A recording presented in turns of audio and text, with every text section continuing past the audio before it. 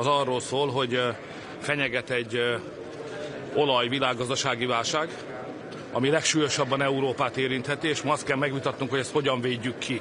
Magyarországnak megvannak a saját nemzeti eszközei, de nekünk európai megoldásra is szükségünk van.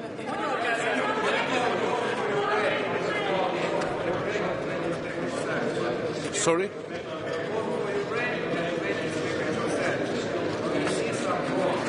No.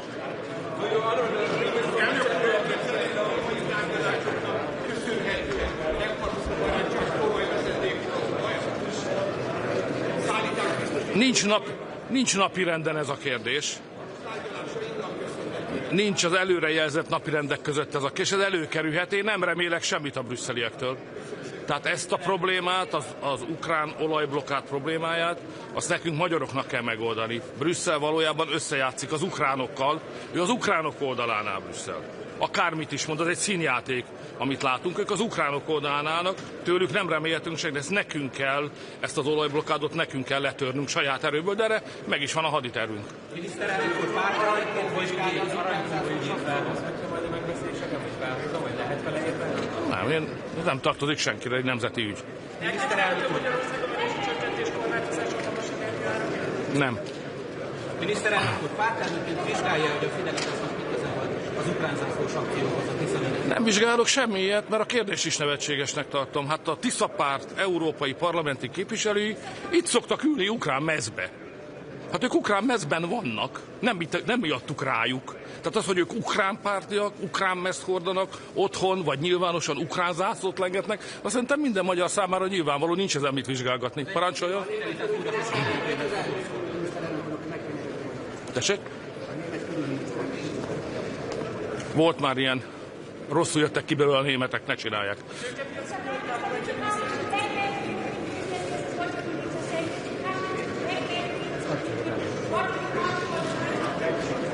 Me? We would like to get the oil which is ours from the Ukrainians, which is now blocked by the Ukrainians. I will never support any kind of decision here which is in favor of Ukraine. Still, the Hungarians are not able to get the oil which belongs to us. Köszönöm szépen. Van igen?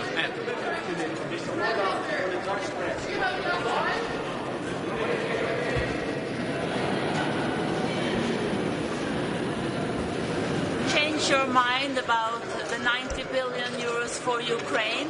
Will you allow Ukraine to get the money? No, the Hungarian position is very simple. We are ready to support Ukraine when we get our oil, which is blocked by them. Till then, there is no any decision which is favorable for Ukraine will be supported by Hungary here. Okay, but they are going to mend the Druzhba pipeline. Do? They are going to fix the pipeline. We are waiting for the oil. All the other is just fairy tale. So we believe only facts. Oil should arrive to Hungary. And then this is a new chapter. Till then, we cannot support any pro-Ukrainian proposal. But why did other options? Sorry? No other options? No. We need it because it's existential. What we are speaking about is not politics. It's existential for Hungary, you know? To get the oil. To get the oil is existential for the Hungarians. Without getting that oil, all the households in Hungary and companies will go to bankruptcy.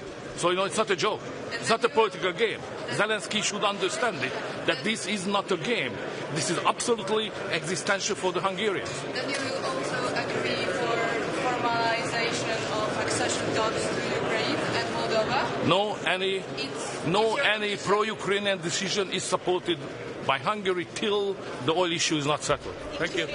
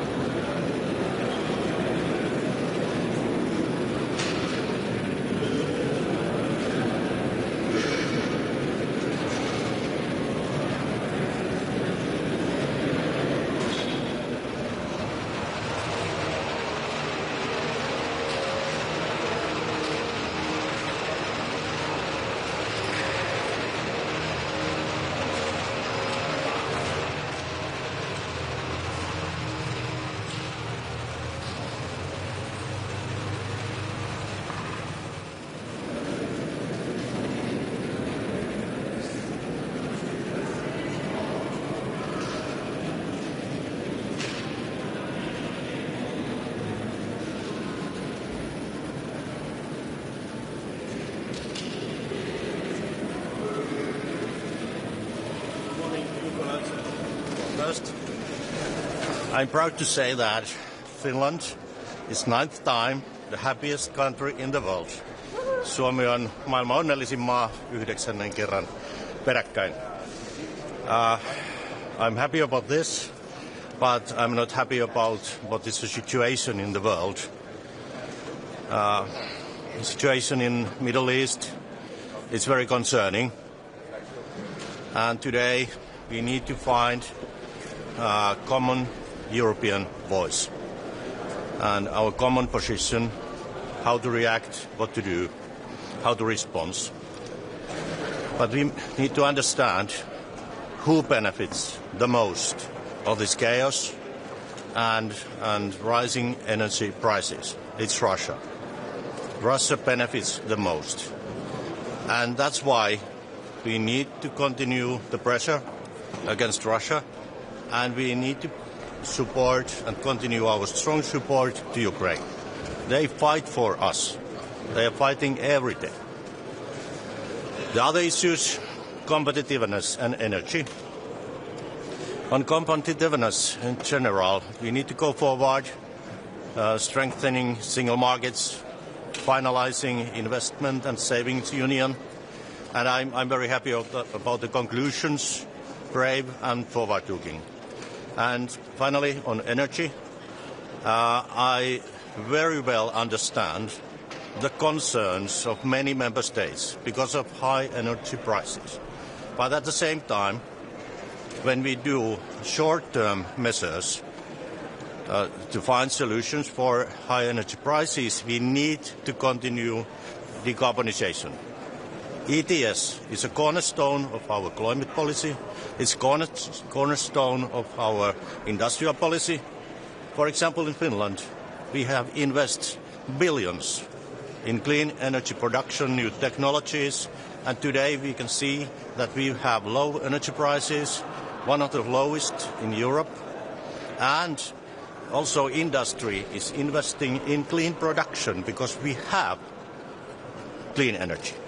So we need to continue decarbonization, but find a balance how to help and support those countries suffering high energy prices. On Ukraine, I would like to ask you if Orban is not going to budge. He was just here. He said he will not change anything about it. He will not unblock the 90 billion loan if there's no oil flowing. So what exactly will be done? When will money flow to Ukraine? And what will you say to Orban today?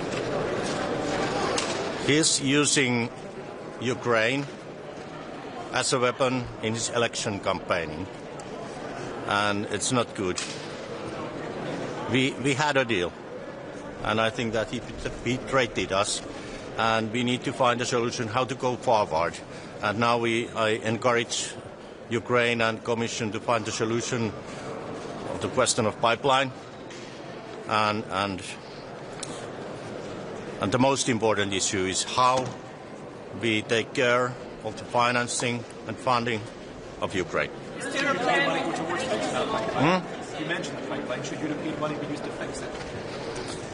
Let's see how it goes. I'm looking forward to the proposals from the Commission. I trust Commission and good cooperation with Ukraine on this issue. Thank you so much. Thank you.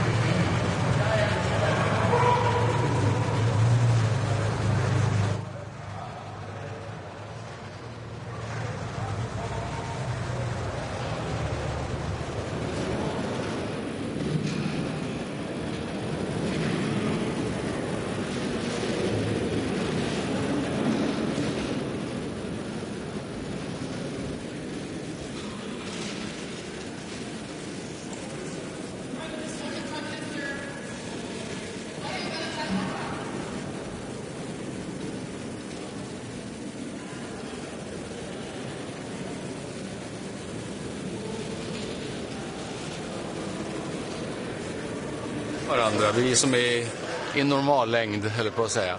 Hörrni, det är en fullmatad agenda idag som ni vet. De viktigaste för vår del är ju Ukraina förstås. Både öka trycket på Ryssland. Det finns ett stort intresse för vad Sverige har gjort med 2 skuggflottefartyg som ni vet på svenska territorialvatten, där vi använder det faktum att de är sjöovärdiga och utan tydlig flaggning för att helt enkelt borda dem. Det är många andra länder som vill öka sina insatser också.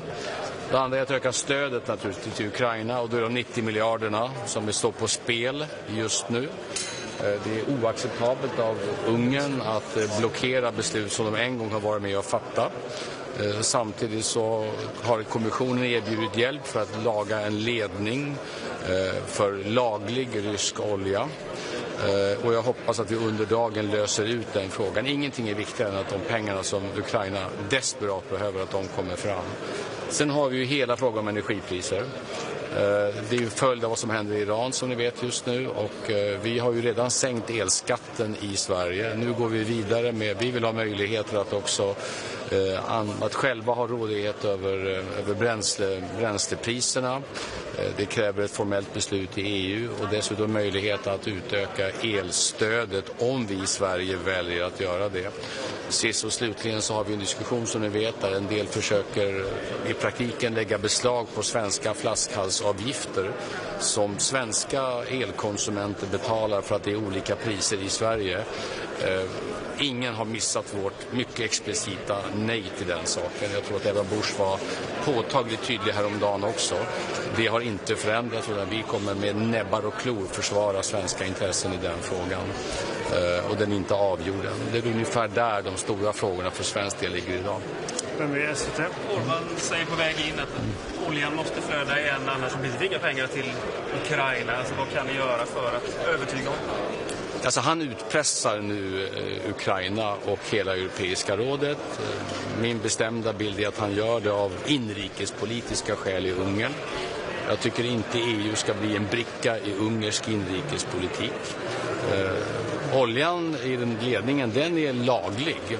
Man kan ha starka synpunkter och den borde användas överhuvudtaget, men den är inte olaglig, den bryter inte mot sanktioner. Kommissionen har erbjudit sig att hjälpa till att laga den ledningen. Sverige har också sagt oss vara beredda att medverka i en sån. Vi har personal på plats som skulle kunna hjälpa till i detta. Inte för att stötta Ryssland utan för att stötta Ukraina. Så om inte den här frågan avgörs idag, då får Ukraina allvarliga problem, och jag är rädd för att det är precis det som Ungern är ute efter. Finns det någon form av plan? Någon form av alternativ finansieringsmöjlighet? Ja, det finns ju överbryggningspengar naturligtvis. Det finns det alltid. Det finns en del pengar från IMF också. Men det stora stödet, det är EU-stöd. Och att detta ska hamna mitt inne som en bricka i ungersk inrikespolitik inför ett ungerskt val, det är vad Sverige tycker om det tror jag Ungern vet i det här laget. TV4. Vad ska du säga till Viktor Orbán? Du satt ju här och hörde honom lova en finansiering i december.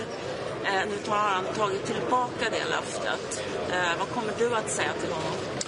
Att Sverige är bland de många länder som står vid sitt ord.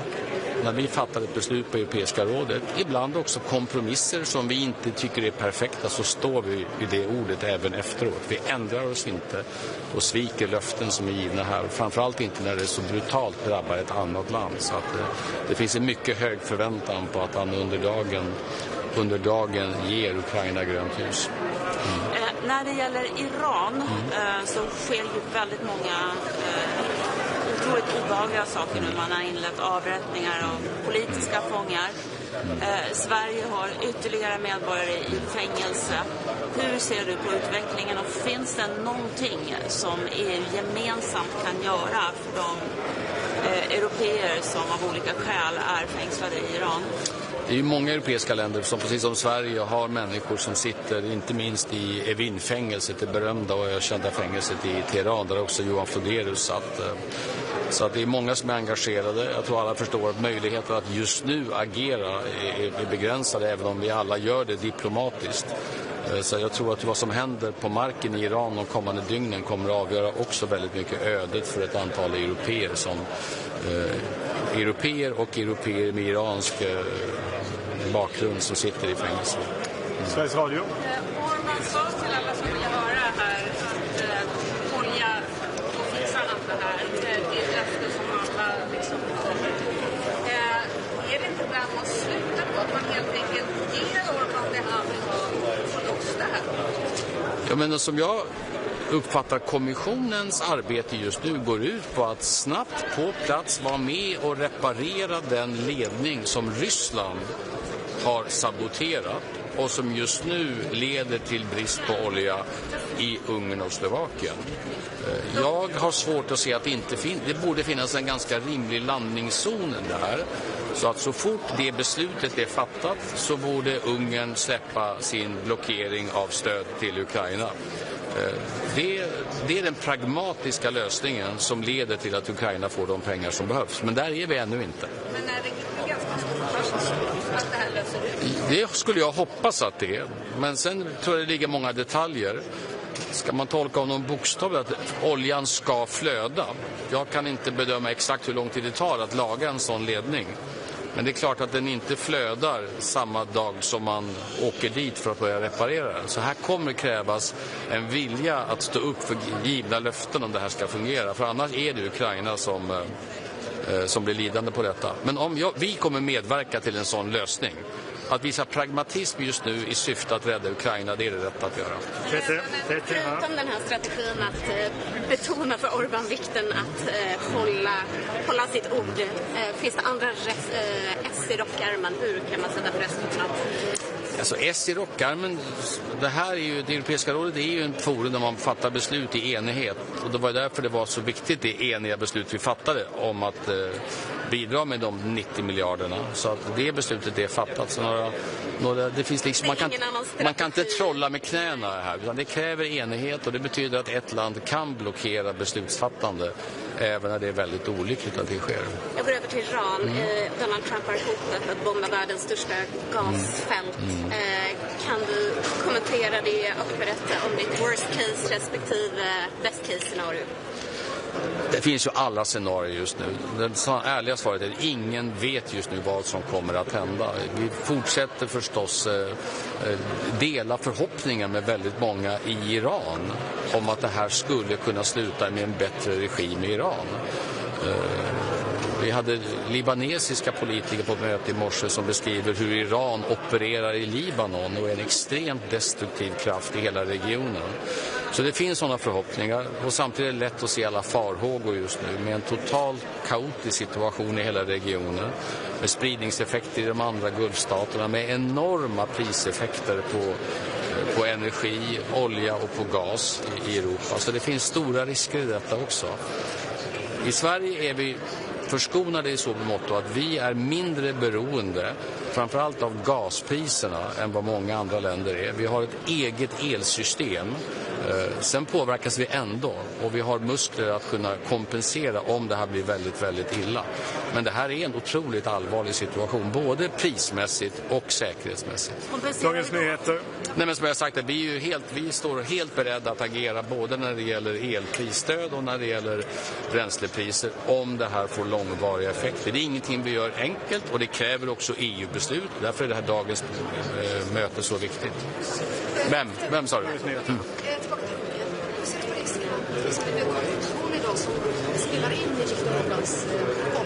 Ja, men det ska vi ju inte göra, alltså, av många skäl. Det första är att EU-länder har en god tradition av att inte lägga sig i varandras inrikespolitiska frågor. Vi lägger oss inte i varandras valrörelser. Jag tycker att det är en central kollegial princip, även om man tycker väldigt olika. Så jag tycker inte att EU ska bli en spelbricka i den ungerska inrikespolitiken. Det är viktigt. Men det betyder inte att vi inte ska naturligtvis pressa att givna löften ska hållas. Fattade beslut ska också exekveras naturligtvis. Om energivaran. Flaskhalsavgift. Kommer du ta upp det på mötet? Självklart. Hur många länder upplever du finns med det? Flaskhalsavgifterna är ju... I Sverige fattar vi det här, det gör man inte alla länder, för det är nästan bara Sverige som har detta. Det är för att vi har följt EUs tidigare vilja att inrätta elprisområden. Det kan man idag diskutera hur klokt det var, givet att andra länder inte har gjort detta. Vilket i sin tur leder fram till en fråga hur mycket överimplementering av EU-regler som Sverige ska syssla med. Men det är en annan fråga. Så att vi har då stora flaskhalsavgifter som byggs upp. De använder vi för att bygga ut nät, men också för att kompensera svenska elkonsumenter, har vi gjort tidigare. Idén att andra länder som har överföringsproblem mellan sig ska lägga beslag på svenska flaskhalsavgifter, den är helt enkelt oacceptabel. Och det har vi framfört på alla tänkbara sätt. Och det kommer jag säga idag också naturligtvis. Ja, jag tror att de flesta länder kan, även om de själva inte har den sortens avgifter, jag tror att Sverige står för lejonparten av de summor som finns i hela Europa. Andra länder kan nog ganska lätt förstå att om de hade byggt upp egna summor på grund av egna överföringsproblem, så hade de inte uppskattat om EU hade tagit de pengarna och lagt dem till investeringar på helt andra ställen. Det tror jag ganska många kollegor kommer att förstå. Så Dagens Industri sista. Energipriserna rusar ju på grund av Mellanöstern. 30% idag såg jag. Vad ser du för möjligheter för EU att bidra diplomatiskt till att lösa den här konflikten på något sätt, eller lösa så att trafiken börjar? Jag tror alla förstår att de diplomatiska möjligheterna för EU just nu är relativt begränsade. Både för att vi är mitt i ett pågående och allt att döma eskalerande krig just nu. Men också naturligtvis därför att det är ju inte så att det har saknats diplomatiska försök under mycket, mycket lång tid. Så att även alla vi i Europa som nu manar till deeskalering, som ser stora risker i detta, även vi är ju fullt medvetna om att decennier av försök att på diplomatisk väg få den iranska regimen att behandla iranier.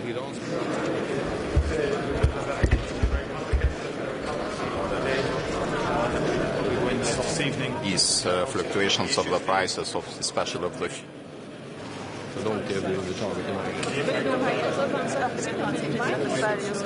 Ja, för svensk del är det så att vi är mindre beroende.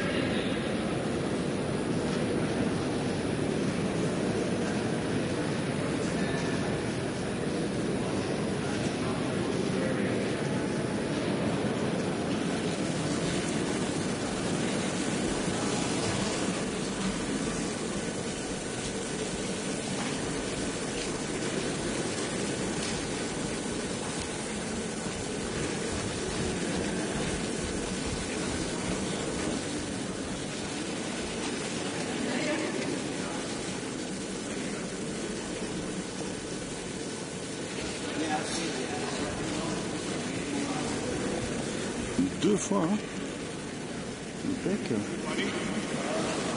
2026 is the European Year of Competitiveness. And today the leaders will focus on competitiveness. Boost economic competitiveness is essential to increase our economic growth, to create quality jobs, but it's also essential to increase our strategic autonomy. And today we will deliver in our One Europe, One Market agenda, as we promised some weeks ago in our retreat in Aldenbizi. The 28th regime, now so-called the EU Inc., is a very good first step. But we need to continue. We need to integrate energy and telecommunication sector in the single market. We need to pursue our simplification agenda, and we need to invest more on innovation.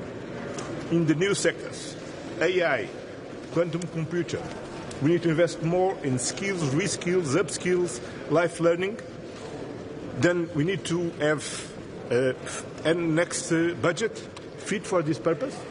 And of course, we need also to mobilize the European savings to support investments. And for this to conclude the Saving and Investment Union, it's very, very important. That's why today we will approve a very concrete measures with a concrete timeline to deliver our agenda by the end of 2027 at last, but with several measures that we need to adopt until the end of this year. Of course, nobody can ignore that we are facing challenging times on energy, and we need to address this. The current conflict in Iran shows once again that the best way to have a predictable and reliable horizon on our energy is to increase the homegrown production of energy. This is the only way to become autonomous, independent. That means to securize our energy system. For this, we need to pursue our energetic transition, and this is our main task. Of course, we need to do this, taking into account the specificity of different member states, the specificity of some economic sectors, that they are intensive in the use of energy, but we need to do this together, and never forgetting that we need to not only to protect our companies today, but we need also to ensure that the next generation continue to have a planet to live. But a part of the climate and environment goal, that's clear, that energy means security. And we cannot, and we need to build our own capacity to produce our own energy, because it's the only way to be secure. Finally, we will have the opportunity to meet with the Secretary General of the United Nations, Antonio Guterres. The multilateral system is a basic instrument to protect the international rules-based order. And that's clear. There are no alternative of international rules-based order, because the alternative is the war in Ukraine. The alternative is unfair competition on trade. Is the threat on the sovereignty in Greenland, is the threat to sovereignty in the other parts of the world. Then, if you want to preserve stability, if you want to preserve peace, we need to uphold the international law and underpin the multilateral system. And this meeting with Antonio Guterres is very important, not only to address the dramatic situation now in the Middle East, namely what's happening in Lebanon, that is dramatically, and also to never forget that it's urgent to mobilize the international community to support the Gaza population, because we need to clean the rebels, we need to ensure water supply, energy supply, emergency shield for people living in Gaza, because we are moving from a conflict to the other conflict, but unfortunately the war in Ukraine didn't stop. The situation in Gaza remains dramatically, and we need to address all of this. Thank you.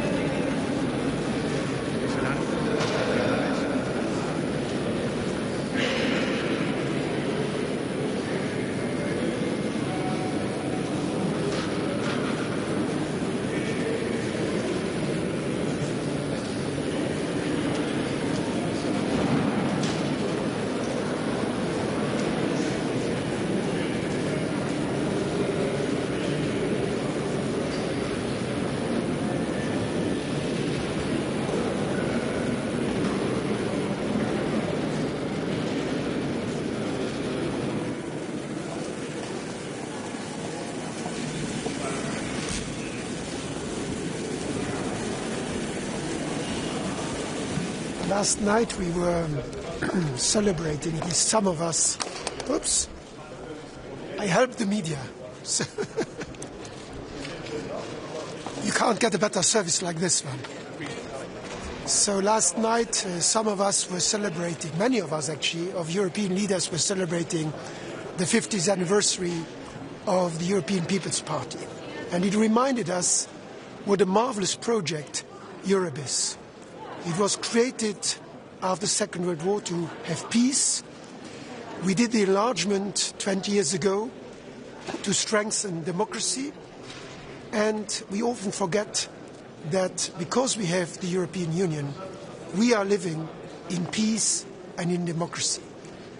And when I look at the world today, this is even more important than ever before. So we should, first of all, think about what we have achieved and what we have to defend.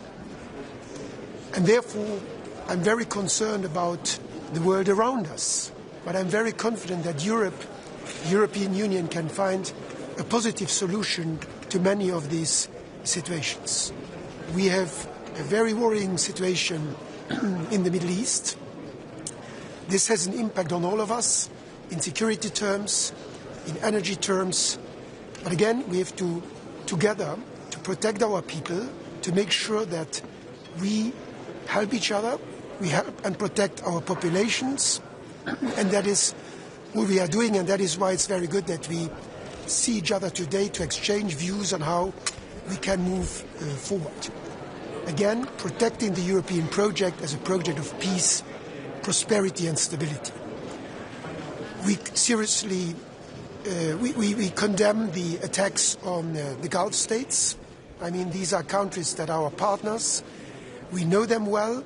We depend on them for fossil fuels, and we do not like them to be attacked by Iran or by anybody else. And we must make sure that there's a de-escalation in the region.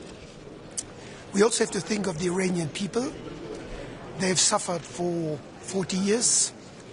This situation probably cannot be changed by force, but we nevertheless need to keep them in our mind and to support them so that they can freely decide by whom they are governed, and certainly that this dictatorship in Iran finds an end. So diplomacy and support for the Iranians, for the Iranian people, is very important. We should also not forget Ukraine. So we have both in the Middle East and in Ukraine a terrible situation.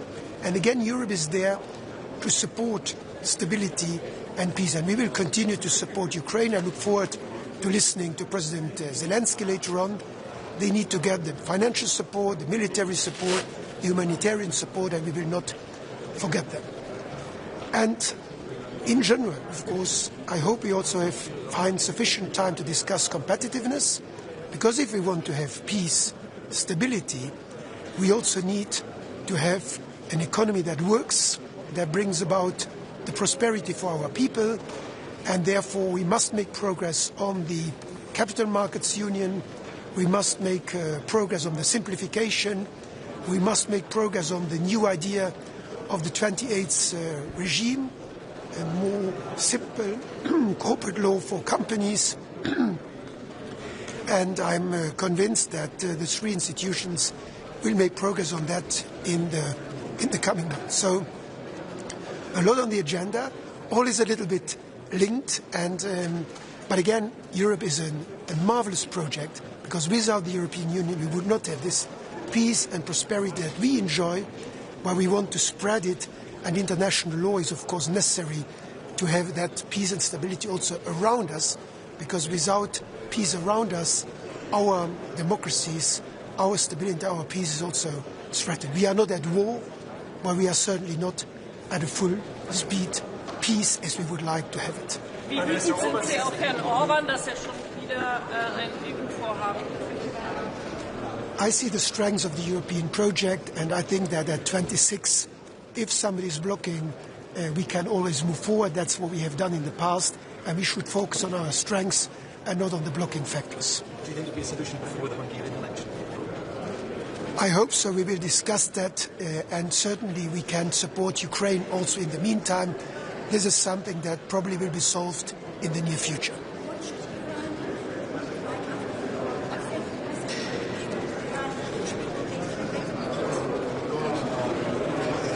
Like in every country, it is for the people to decide who should be their leaders.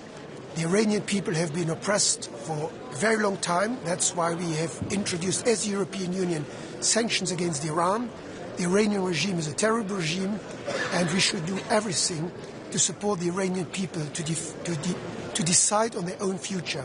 We have that privilege, and we hope that others in the region around us also can have that privilege. Should the European Union help the US in the Strait of Hormuz in exchange for financial aid for Ukraine from the US? This is a conflict that we have not started. We have not been involved.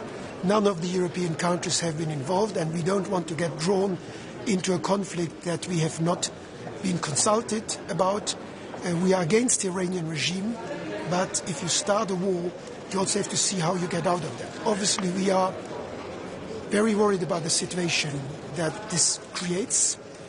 We want to have safe passage for the ships that are in the Strait of Hormuz, but we should be very careful not to be drawn into a conflict that might escalate. We are arguing in favor of de-escalation. For diplomacy, it's never too late for diplomacy. Was kann heute beschlossen werden und wie?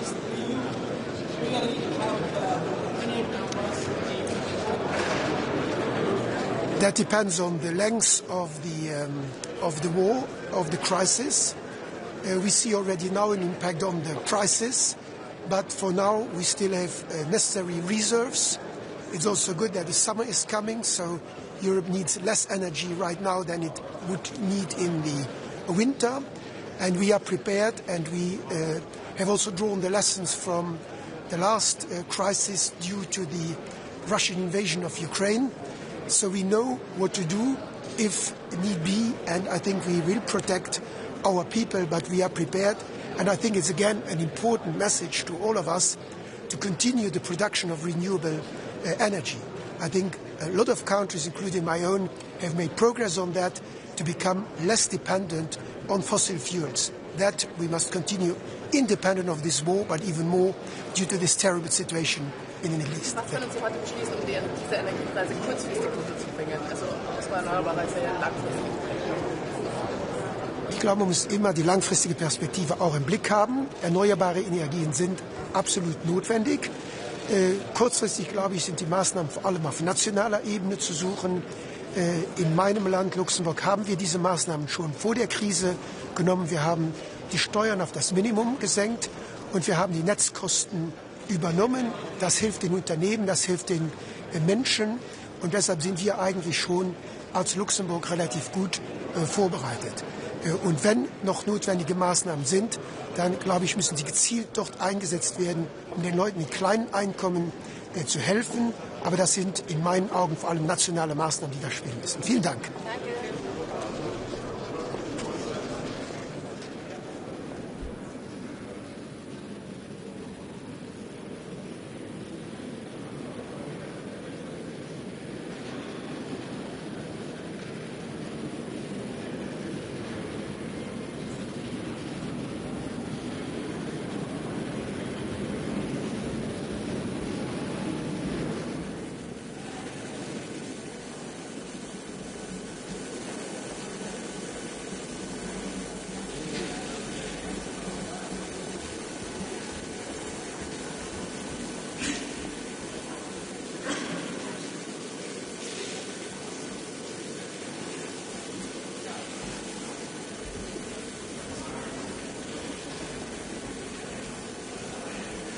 today's council. The first topic is about Ukraine.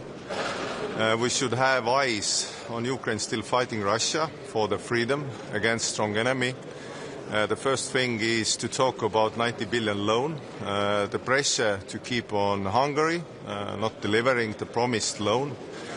Second one is about Russian fighters and combatants, because to be honest, right now Russia has more men under the arms than at the start of the war. And everybody in Europe can imagine that what would happen, for example, if the war would stop right now. That would mean that those fighters, people who have a criminal background, who have killing experience, will be on the streets or on vacation in Europe, and we don't want that. We want to have them banned from Europe for good. So that means that we should change the visa rules, Schengen rules, that we won't have Russian fighters and everybody who have been assisting Russia to occupy or fight against Ukraine to be in Europe. This is the first topic. Second topic is about energy. Energy matters. That means that we need long time this kind of production. We need connections and everything, and we need stable prices also on ETS system. That probably will be a matter that we'll be talking about, because ETS2 has been postponed also on our will, but ETS1 and ETS system is also needing some kind of stability, so we are waiting for proposals and having our own. And third one is about competitiveness, because to be honest, European idea is to have a working one market, single market. But, for example, well-known ride-sharing, which everybody is probably using, everybody has tried it, has different rules, different set of rules, not on the European level, but on local level also, because, for example, in Estonia you can use any company, for example, Bolt, and you can see the end price. But if you go to another country in Europe, you cannot see the end price. In another country in Europe, you need to have a garage for ride-sharing car. So that means that we have this kind of artificial barriers in one and single market which should be working, and everybody understands ride-sharing is simple business. So that means that also to get less rules, less bureaucracy, simple way of doing business and so on. So competitiveness is the base of European operations. So these probably will be the most important topics in this council, and this will be an interesting day. Thank you. Thank you. Thank you.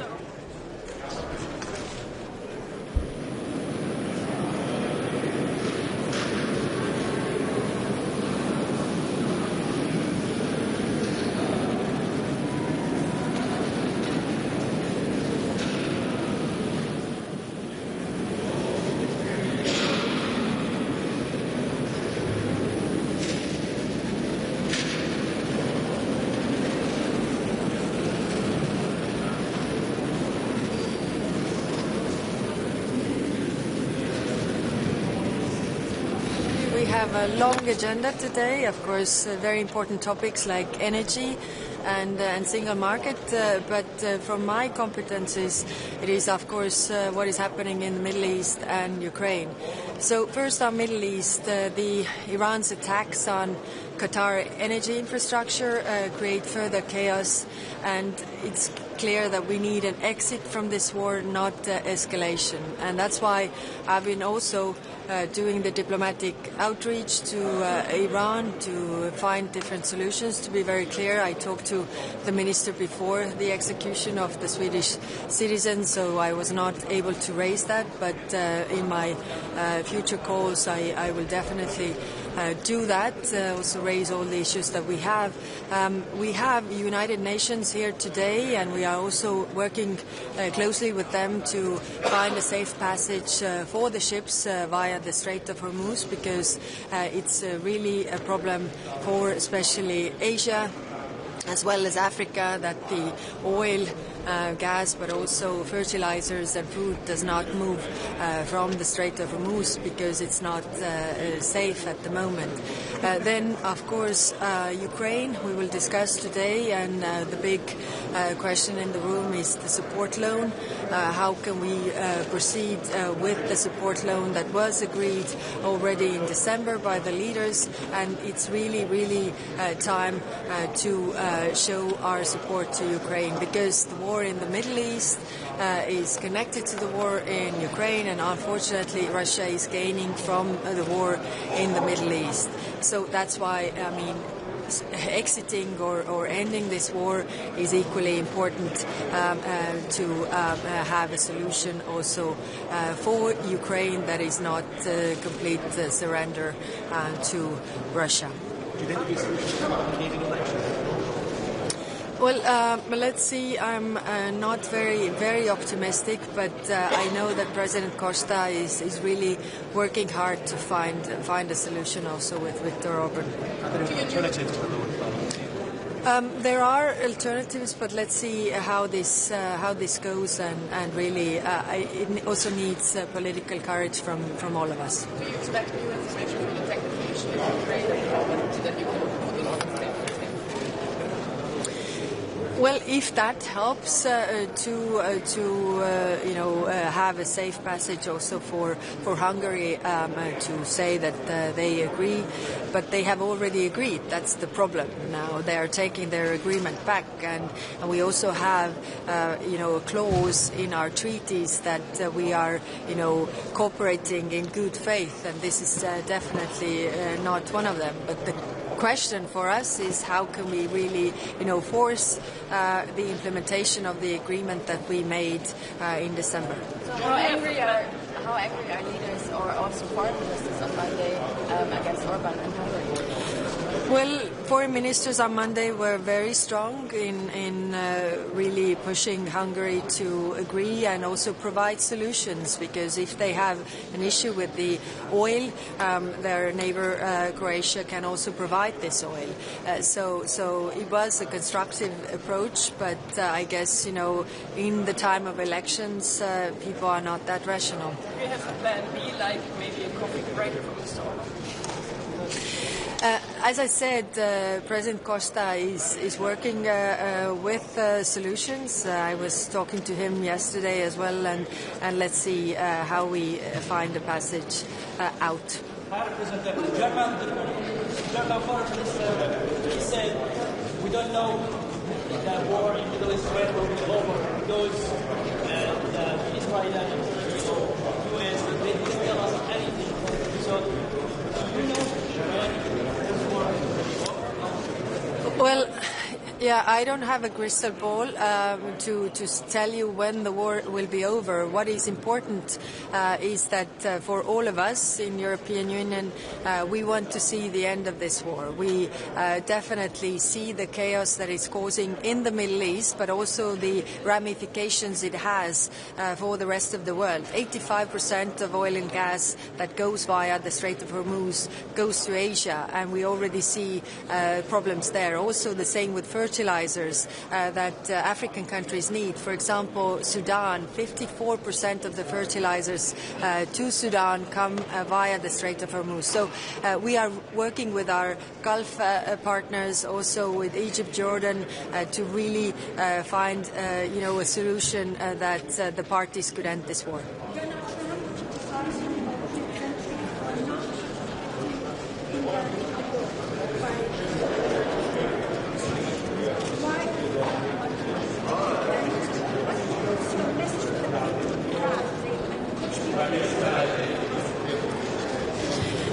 Yes, the discussions that we had on Monday with the foreign ministers were about our Operation Aspides, that is in the region already with the ships guarding the safe passage through the Red Sea. So the discussion was whether there is a wish to also expand this to operate in the Strait of Hormuz. There was no such wish because, the ministers were saying that we were not consulted. Some were even saying that we tried to convince parties not to start this war, and we don't know what are the objectives of this war, and also there is no international law basis. If you think about using the force, for example, there are two cases, which one is self-defense and the other one is under the UN Security Council resolution. As there is no such thing at this moment, the member states do not have an appetite to go to this war. For the Iranian people, we have always supported the Iranian people, the civil society, so that they can decide for their own future. Of course, the regime has been very oppressive. There's a lot of human suffering for the Iranians, but it has to be Iranians that are able to decide for their own future. Thank you very much.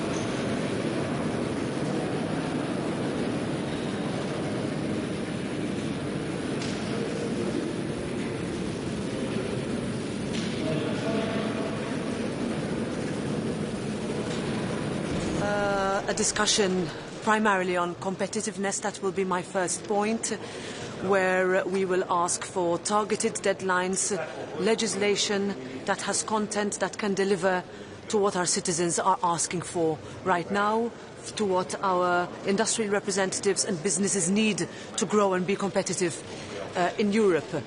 I will also say that speed cannot come at the cost of democracy or legitimacy. Parliament will never be a rubber stamp, and therefore we take our role as co-legislator extremely seriously, as we've always done, but more importantly than ever now as we go into this very high-intensity legislative phase.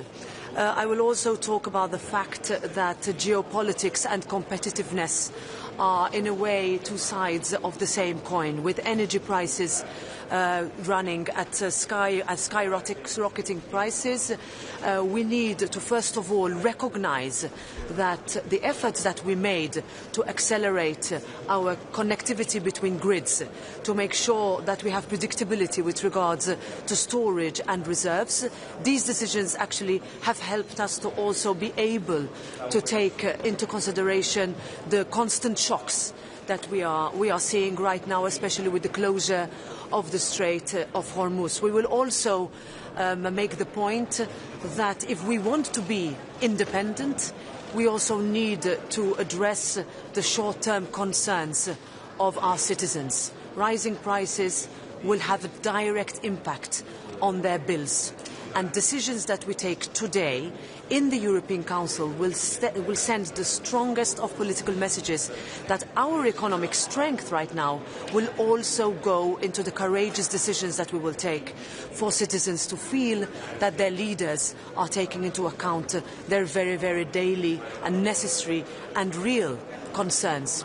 Lastly, on Ukraine, our economic strength as Europe needs to go towards further investment of our security, and therefore our constant, unwavering support for Ukraine and the appeal for the 90 billion loan to be resolved and actually go towards helping Ukraine win this war is something that I will make very clear towards the end of my intervention. Excuse me, say it again?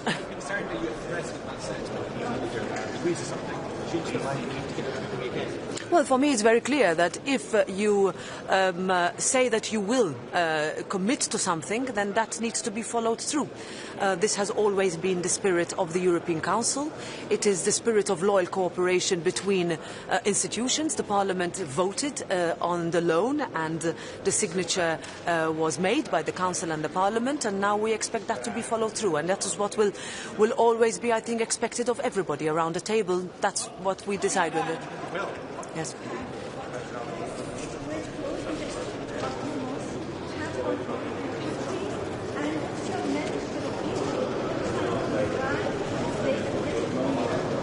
Well, first of all, we will continue to ask for de-escalation. What we saw this morning happening over the last hours has a direct impact on the region, but also on Europe, not only in terms of security, but also in terms of rising prices that we see on energy sources that we are dependent on. So that is what we will continue to insist on, and we hope that a resolution is found. Yes?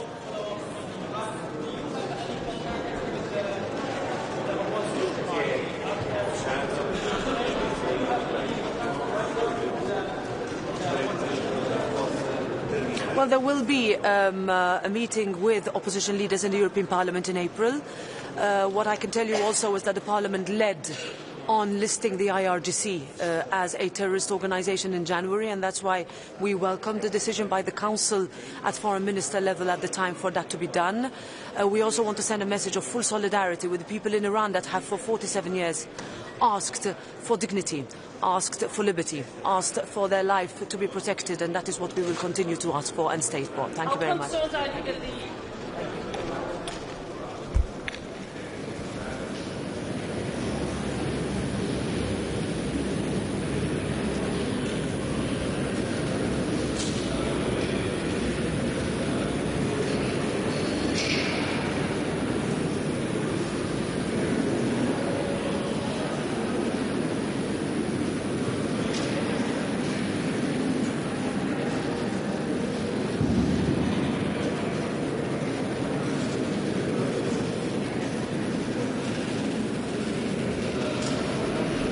ste? Puno vas je danas. Može? Mogu ja reći par riječi? Evo, nalazimo se na početku još jednog redovitog Europskog vijeća. Prije toga imali smo sinoć 50. obljetnicu Europske pučke stranke sa nizom naših povijesnih aktera, veterana, lidera europskih institucija i šefova vlada. Bilo je vrlo zanimljivo čuti njihove poruke i na neki način iskoristiti to veliko iskustvo za upravljanje krizama i za buduće iskorake na europskom planu. Također, današnji sastanak bit će vrlo bogat i važan sa aktualnim temama. Prije svega situacija na Bliskom istoku, njene posljedice za europsku sigurnost, za europsku energetsku situaciju, ekonomiju, socijalne prilike i sve ono što ovako visoki rast cijena nafte. Vidjeli ste da je danas barel nafte negdje oko $116. Prije početka rata bio je 71. Utjecaj rasta cijena nafte i na tržište plina. Vidimo da je i plin koji je bio prije početka rata negdje oko 41 euro, sada se približava između 55, 56, ide prema 60. Sve to u nekoj kasnijoj fazi ima svoje reperkusije i na cijene struje. Stoga je i u pripremi ovog Europskog vijeća, u razgovorima koje smo vodili sa Europskom komisijom, naznačeno da moramo iskoristiti naše iskustvo iz vremena ruske agresije na Ukrajinu kada smo reagirali brzo, stavili snažan europski okvir i donosili nacionalne mjere koje su očuvale socijalnu koheziju, zaštitile građane, zaštitile gospodarstvo, brojne institucije u kontekstu rasta cijena energenata.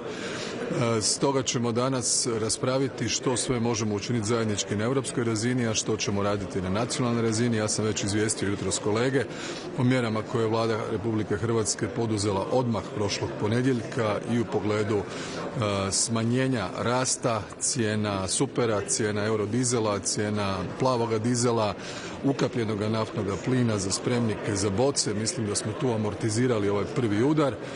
Taj rok od 2 tjedna istječe u ponedjeljak. Mi ćemo u ponedjeljak ponovo održati sjednicu vlade i ponovo reagirati kako bismo ovaj sada više nego očit trend rasta cijena nafte koji bi se prelio na rast cijena derivata ponovo limitirali što je više moguće u cilju zaštite naših građana i normalnog funkcioniranja hrvatskog gospodarstva.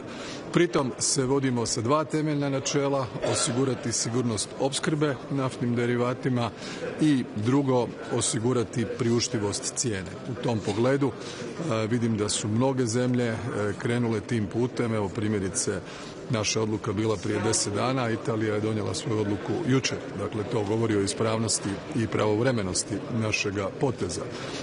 Budući da bi bez da je ovoga rata na Bliskom istoku bilo, naše mjere isticale one ranije 1. travnja, mi ćemo kao vlada razmotriti na koji način vidjeti s obzirom na planirani rast, da li ćemo mi te mjere produljiti, modificirati.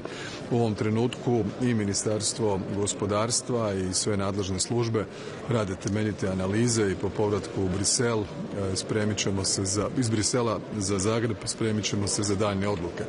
Ostale teme su naravno konkurentnost, situacija sa svim naporima nakon neformalnog vijeća koje je bilo također ovdje u Belgiji prije mjesec dana, kako učiniti europsko gospodarstvo konkurentnim. Cijene energenata je u biti jedna od najvažnijih. Ako su nam energenti skupi ili ako ovisimo previše o uvozu fosilnih goriva, Europa uvozi 90% nafte, skoro 90% plina, 67% ugljena, pa onda ovakva situacija sa zatvorenim hormuškim tjesnacom ima praktički trenutan utjecaj na funkcioniranje cijele ekonomije i gospodarstva i zbog toga mislim da moramo nastaviti tranziciju i energetsku transformaciju na obnovljive izvore energije, smanjivati ovisnost i ulagati upravo u obnovljive izvore energije koji su nam tu naši dostupni i naravno imaju manje ugljičnog otiska.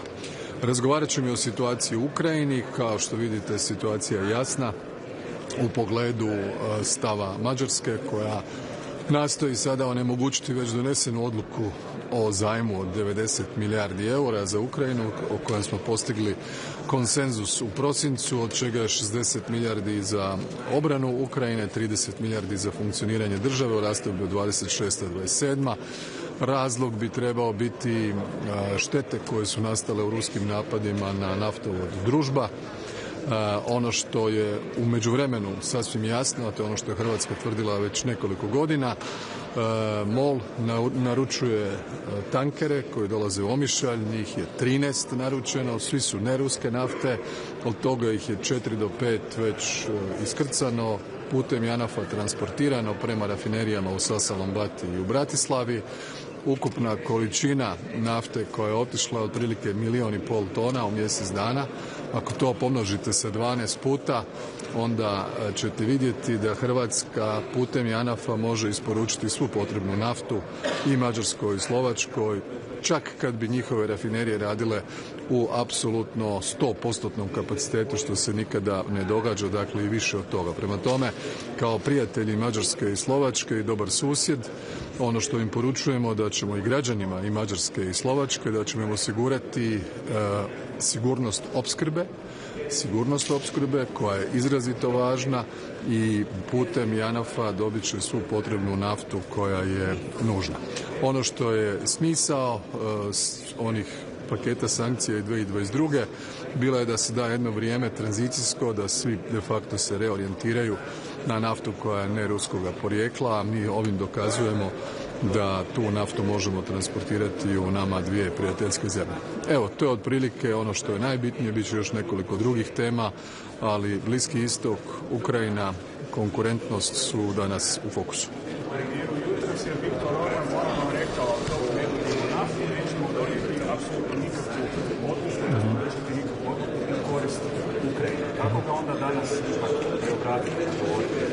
Pa vidjet ćemo. Ja slušam tu kampanju, slušam njegove poruke. Ono što je dobro za mađarsku javnost, za europsku javnost, da znaju da Mađarska neće ostati bez nafte. Hrvatska je tu ne kao sekundarni, ne kao alternativni, ne kao nepouzdani, ne kao nefunkcionalni, ne kao skupi transportni pravac, nego kao ako treba i jedini pravac, i pouzdan, i funkcionalan, i siguran, i u pogledu transportne tarife itekako povoljan, koji osigurava Mađarskoj i Slovačkoj da njihove ekonomije funkcioniraju normalno. Dakle, stvar je samo pitanja cijene nafte. Dakle, to je jedino pitanje o kojem se radi i koje vjerojatno svi razumiju više nego dobro.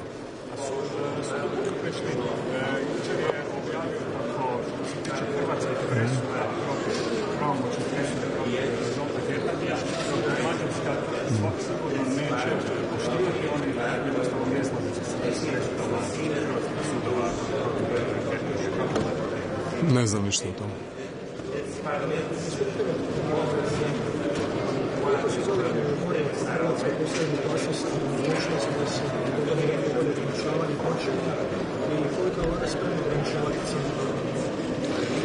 Pa mi smo spremni osiguravati ograničanje cijena dokle god treba. Dakle, nakon ruske agresije na Ukrajinu mislim da je čak bilo 95 odluka vlade u tom kontekstu. Prema tome, to je dokaz da smo tu za građane, za gospodarstvo, za očuvanje socijalne kohezije svih na okupu, pa onda time i rast i razvoj i veći broj radnih mjesta, sve ovo što su postignuća u zadnjih nekoliko godina.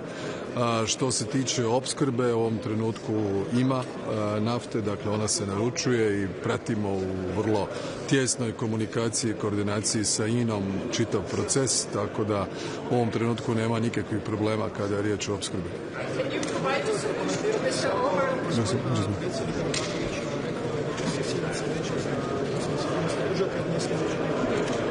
Vidjet ćemo.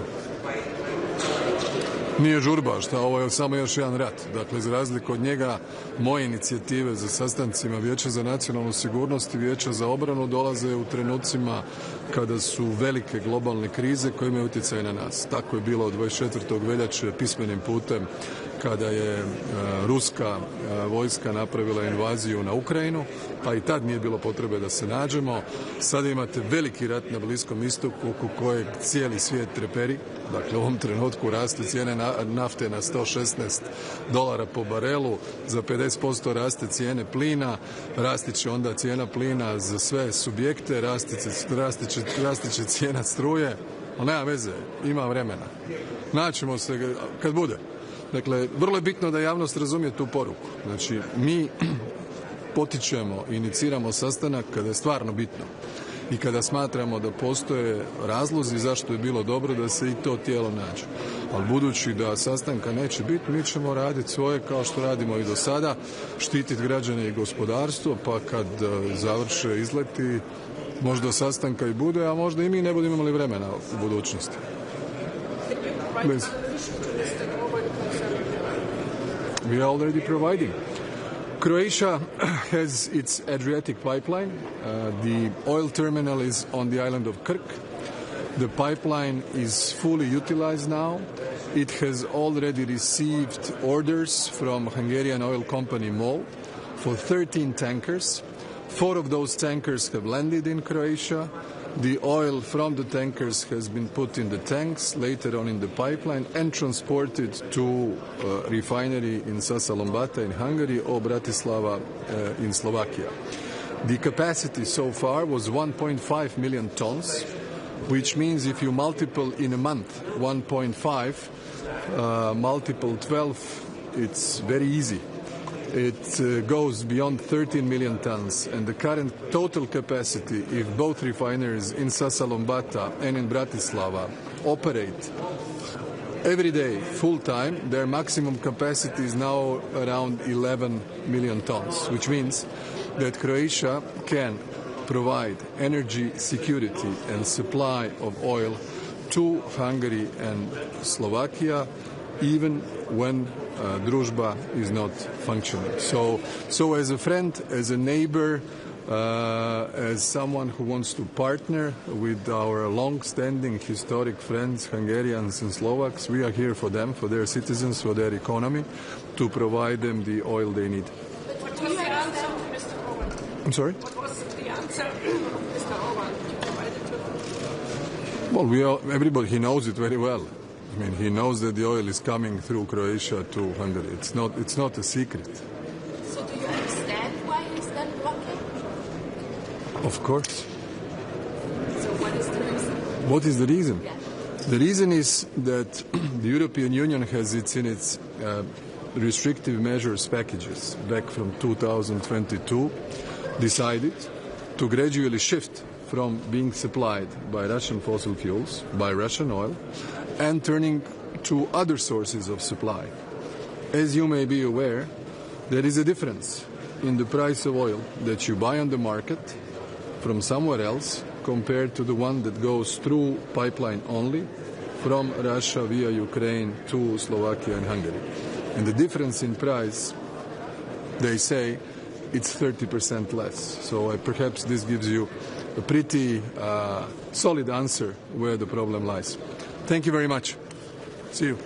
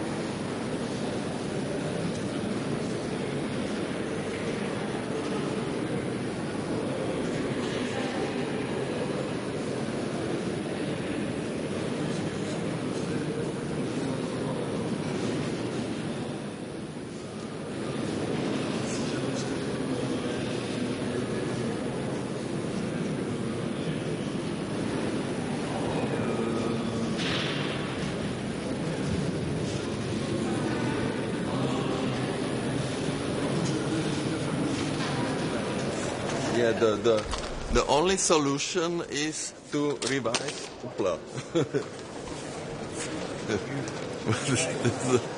Maybe I can help you. Is to revise the ETS1 system. This is the quickest solution. So we are discussing about competitiveness since Albert Wiesen, and so many proposals, single markets and capital union and energy highways and technologies. But all these measures will take a lot of time. And the only one which we are proposing is to exempt the intensive energetic industry from the ETS1 system. This is the only way. Are you going to convince Mr. Orban to mind the Ukrainian? No, I am not going to convince Mr. Orban. This is his issue, not mine. I am here to fight for the European industry. And we are losing time. And it was very funny to hear now at the breakfast about illegal migration that after 10 years, all member states which were welcoming migrants wake up and they said we cannot repeat 2015. 10 years already. And now everybody is asking to close borders. So it's very funny to hear it, what we were saying in 2016. Now the other member states have the same opinion. So I hope that it will be not the same situation with energy prices, because we are seeing what is happening in Iran, in Qatar, everywhere, and this is a big problem for Europe. On the ETS, what exactly, what industries exactly you want to exempt? The free allowances? Yes, accept them from the system of allowances, because the Commission said in 2020 the forecast for the price of ETS1 was in 2030 26.50, and we had in January 87. So the Czech industry paid 13 billion euro for ETS allowances. So this is of course destroying industry, and Draghi report was saying clearly that the metallurgical industry and other industries are losing capacities, and of course they are not in competitiveness against China and the United States. Thank you.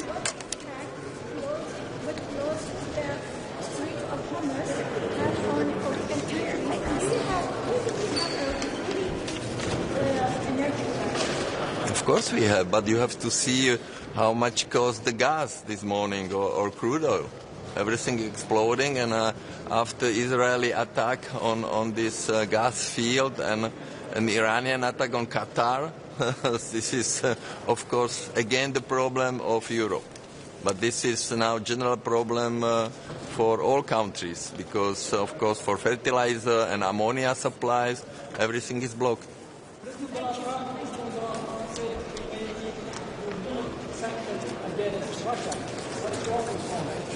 So we have to discuss it within, European Council has to discuss it.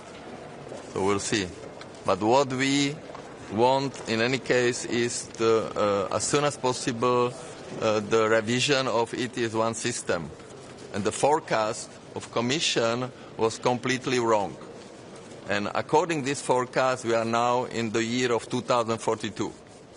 And this we can change quickly. So thank you. Thank you very much.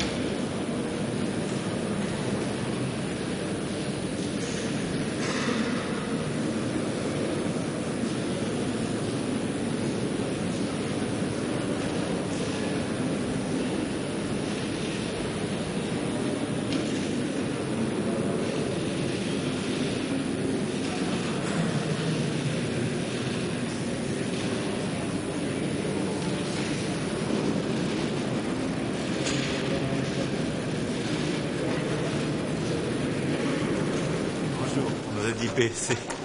Bonjour, messieurs, dames. Merci beaucoup d'être là. Je vais vous dire quelques mots avant ce Conseil européen. D'abord, nous allons évoquer pendant ce Conseil les questions de compétitivité suite à la retraite stratégique que nous avons effectuée il y a quelques semaines. Là-dessus, le cap que nous défendons est clair. Les conclusions de ce Conseil sont tout à fait bonnes.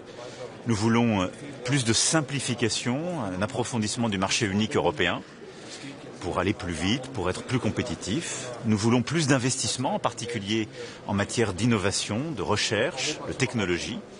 Nous voulons une diversification de nos partenariats qui est nécessaire dans le contexte géopolitique que nous connaissons. Et nous défendons une préférence européenne dans des secteurs stratégiques clés pour protéger justement notre capacité à innover ou les capacités de production que les Européens ont. Le texte reflète ces priorités avec un agenda clair et des résultats dans les semaines et les mois qui viennent.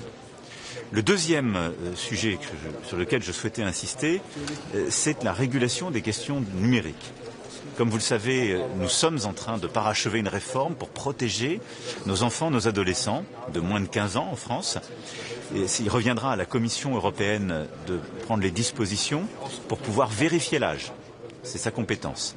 Nous avons une initiative que plusieurs États membres poursuivent. J'ai pu écrire aussi à la présidente de la Commission à cet égard. Et c'est un point important sur lequel nous avançons à plusieurs. Parlant des questions de régulation des réseaux sociaux, de l'intelligence artificielle, je défendrai dans ces conclusions et lors de cette session aussi la lutte contre les interférences et les manipulations de l'information. Il y a à chaque élection aujourd'hui en Europe des interférences qui troublent les processus électoraux. En ce moment même en Slovénie, le Premier ministre Golob, qui est en train de faire campagne pour avoir un nouveau mandat du peuple slovène, a été victime d'interférences caractérisées, de fausses informations et d'interférences de pays tiers. J'en ai parlé avec lui hier soir et ce matin. Les Européens doivent absolument se mobiliser pour protéger nos démocraties de ces interférences. C'est une nécessité, c'est ce bouclier démocratique dans lequel nous croyons. Nous aurons ensuite l'occasion d'évoquer évidemment la situation en Ukraine, d'abord parce que nous parlerons avec le président Zelensky. Et là-dessus, les choses sont simples. Je voudrais insister sur 2 points. Nous devons d'abord mettre en œuvre le prêt de 90 milliards d'euros qui a été décidé en décembre dernier. C'est une décision qui a été prise par les chefs d'État et de gouvernement. Elle doit être mise en œuvre. Et nous devons accroître nos capacités de production militaire. C'est ce que nous défendons depuis des mois. Nous avons mis les instruments en place parce qu'on sait que nous-mêmes, pour notre sécurité, et les Ukrainiens auront besoin de plus en plus de production européenne dans le contexte actuel. Le troisième sujet que nous évoquerons est évidemment la situation au Moyen-Orient. D'abord par une discussion avec le secrétaire général Guterres, qui nous permettra de revenir aussi sur la situation humanitaire à Gaza, que nous ne devons pas oublier et pour laquelle nous devons rester mobilisés. Et puis nous défendrons évidemment une désescalade, un retour à la stabilité au Moyen-Orient. Je voudrais dire ici qu'hier j'ai eu l'occasion d'échanger avec l'émir du Qatar, qui a été directement frappé et les capacités de production de gaz ont été frappées. Plusieurs autres pays du Golfe ont été frappés pour la première fois sur leur capacité de production, de la même manière que l'Iran avait été frappé le matin. Cette escalade est inconsidérée. J'ai pu hier ensuite parler avec le président Trump et il a, dans la nuit, lui-même appelé à cesser tous ces bombardements et ces attaques contre les infrastructures civiles, gaz, pétrole, mais aussi eau. Et je veux dire ici, nous défendons l'idée d'un moratoire sur les infrastructures civiles, les personnes civiles dans ce conflit et une désescalade rapide. Et alors que la région entre dans une période de fête religieuse, je pense que tous les esprits devraient se calmer et le combat devrait stopper au moins pour quelques jours pour essayer de redonner une chance aux négociations. Et c'est un point absolument clé, là aussi, de notre agenda. Et donc la France défend, comme à chaque fois, le retour à la négociation, le retour au dialogue, la désescalade dans la région.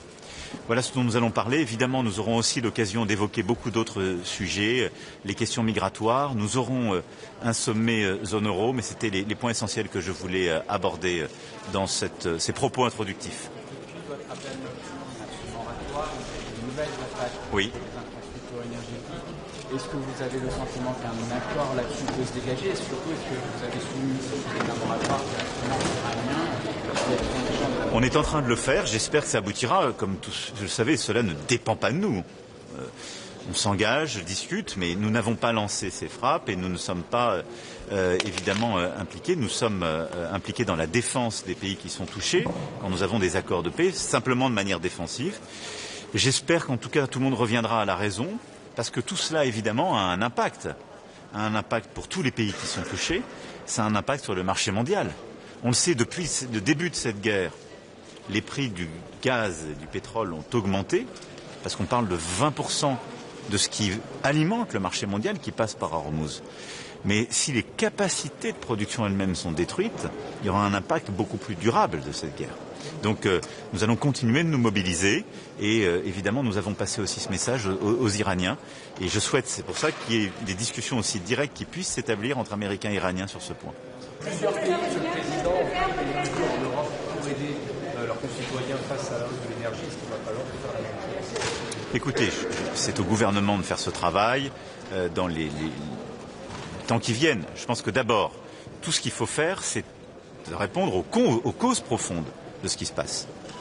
Il y a aujourd'hui une guerre qui bloque le transit de gaz et de pétrole et il y a aujourd'hui une guerre qui est en train de détruire certaines de ses capacités. Donc il faut absolument réussir à stopper cette situation, à ce qu'on retourne vers un moment de discussion, de négociation et à ce qu'ensuite, dans un cadre approprié, international, non conflictuel, on puisse progressivement permettre au transport maritime de refonctionner par le détroit d'Ormuz pour permettre au pétrole, au gaz, mais aussi aux engrais de recirculer. Ensuite, il y a les mesures qu'on peut prendre pendant cette période à court terme. On l'a fait en libérant des réserves stratégiques sur le pétrole et on va continuer de piloter cela finement en concertation. Donc, c'est la coordination des États, à la fois qui produisent ou qui ont des réserves stratégiques. Ensuite, il y a les mécanismes qu'on peut activer au niveau européen. On va le faire cet après-midi en discutant justement de nos mécanismes pour trouver des flexibilités. Et enfin, c'est la responsabilité des gouvernements de pouvoir accompagner les personnes ou les publics qui sont les plus touchés par cette crise. Il y a des discussions qui sont en cours avec nos agriculteurs, avec nos pêcheurs en particulier. Mais ça, c'est au gouvernement de le piloter et conviendra dans les jours, les semaines qui viennent, en fonction de l'évolution de cette situation, de pouvoir apporter les réponses qui conviennent. Il faut changer les objectifs de stockage de gaz, Monsieur le Président. Écoutez, aujourd'hui, il faut d'abord avoir une analyse claire de la situation. Il faut essayer au maximum de préserver, de sauver les capacités de production. Et il faut ensuite donner des perspectives claires sur la réouverture des voies de circulation. Et après, l'Agence internationale de l'énergie coordonne un travail dans ce sens.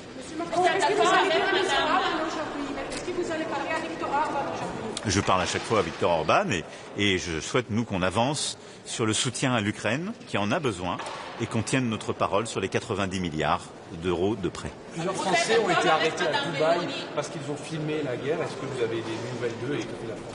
Nous sommes dans une discussion avec les autorités, évidemment sur le plan administratif et judiciaire, pour que leur situation soit réglée. Nous avons lancé les démarches avec notre ambassade et l'ensemble des équipes pour que nos compatriotes, d'abord que la situation soit clarifiée et que nos compatriotes puissent être justement libérés dans les plus brefs délais. Une question sur les municipales en France. Vous avez été accusé par un candidat socialiste à la mairie de Paris d'être intervenu personnellement sur la candidate Sarah Knafo pour qu'elle se désiste. Vous disiez à démenti ce matin, mais quelle est votre réponse? Écoutez, ces propos n'ont aucun sens. Ils déshonorent un peu la personne qui les dit comme ça à l'emporte-pièce, parce que c'est pas sérieux.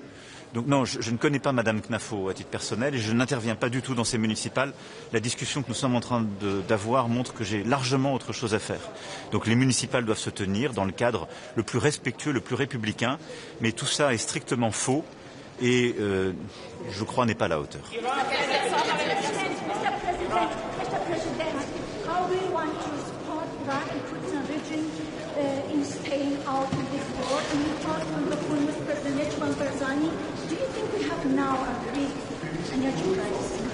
Look, first of all, mentioning Iraq and the situation, I want to pay tribute to our soldier, Major Frion, killed by the pro-Iranian militias in Iraq.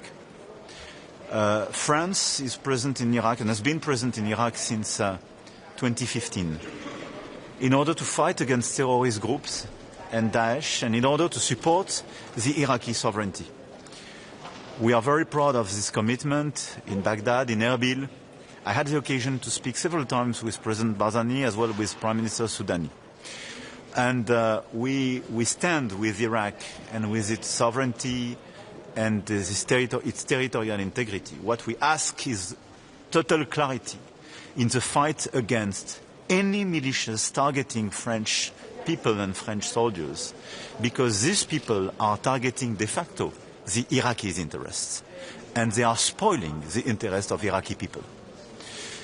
Now, I really believe that Iraq should be apart from this war and preserve this sovereignty, and all the groups interfering in this war are taking a great responsibility.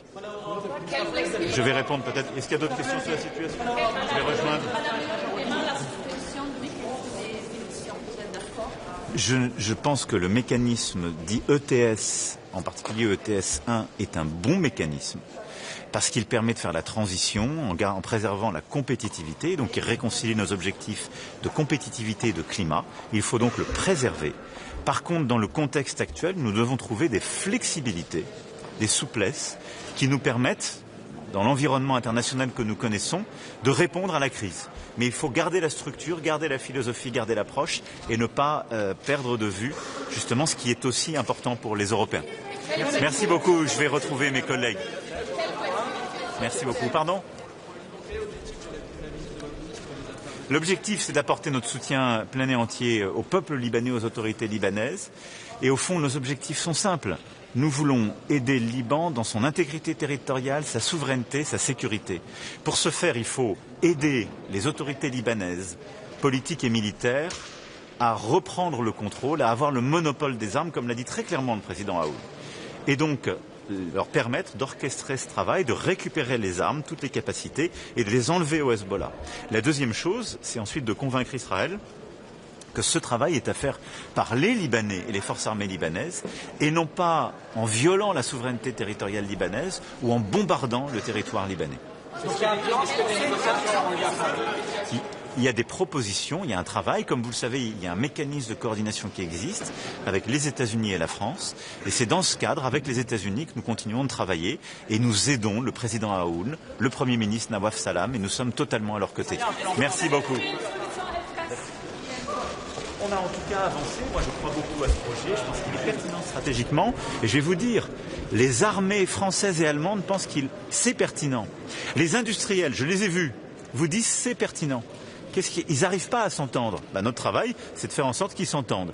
Et donc on a décidé ensemble de lancer une mission de rapprochement d'Airbus et de Dassault dans les semaines qui viennent, qui doit se faire de manière calme, respectueuse, pour trouver justement les voies de convergence. Mais le cap stratégique est clair et il fait consensus entre toutes les parties prenantes. Merci beaucoup.